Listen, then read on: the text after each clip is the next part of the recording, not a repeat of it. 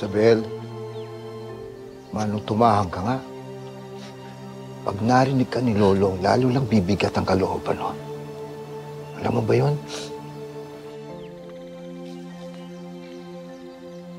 Hindi ko lang kasi maintindihan ang nangyayari eh. Ang mga magulang ni Lolong, pinatay. Pati ang asawa ko.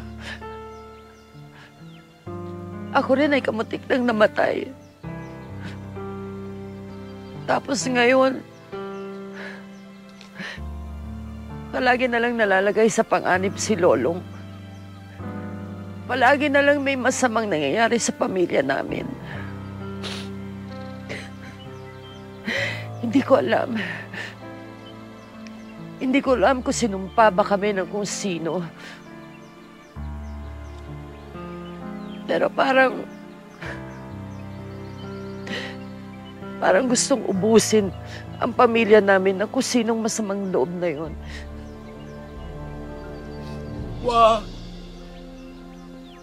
Huwag ka namang mawalan ng pag-asa, Isabel.